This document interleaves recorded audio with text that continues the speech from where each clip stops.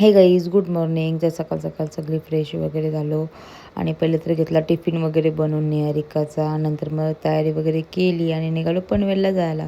पनवेलला काहीतरी काम होतं त्यांचा, तो काम वगैरे केला आणि परत निघालो चिपल्याला जायला, कारण की बाबाला जायचं होतं दवाखान्यात घेऊन. मग गियानला आणि बाबाला घेतलं ना आलो दवाखान्यामध्ये.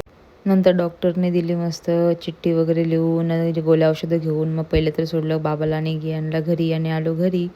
घरी म्हणजे देवातला आलो ना, जेवलो वगैरे ना. इकडे युवान झोपतच नव्हता, त्याला टी व्ही बघायची होती. मग त्याला दिली मस्तपैकी टी व्ही लावून ना. संध्याकाळी आणलेली सोमबाई शेवपुरी वगैरे खाऊन घेतली आम्ही ना. त्यानंतर आली निहारिका आल्यानंतर ते पण कुठेतरी जायला निघालेले, ते पण गेले.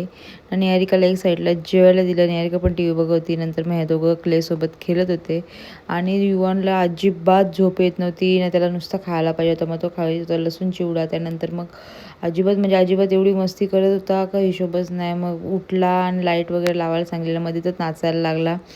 झोपाचं नावच नव्हता घेत. नंतर मग आम्ही आलो हॉलमध्ये येऊन पण बाय बाय करत होता.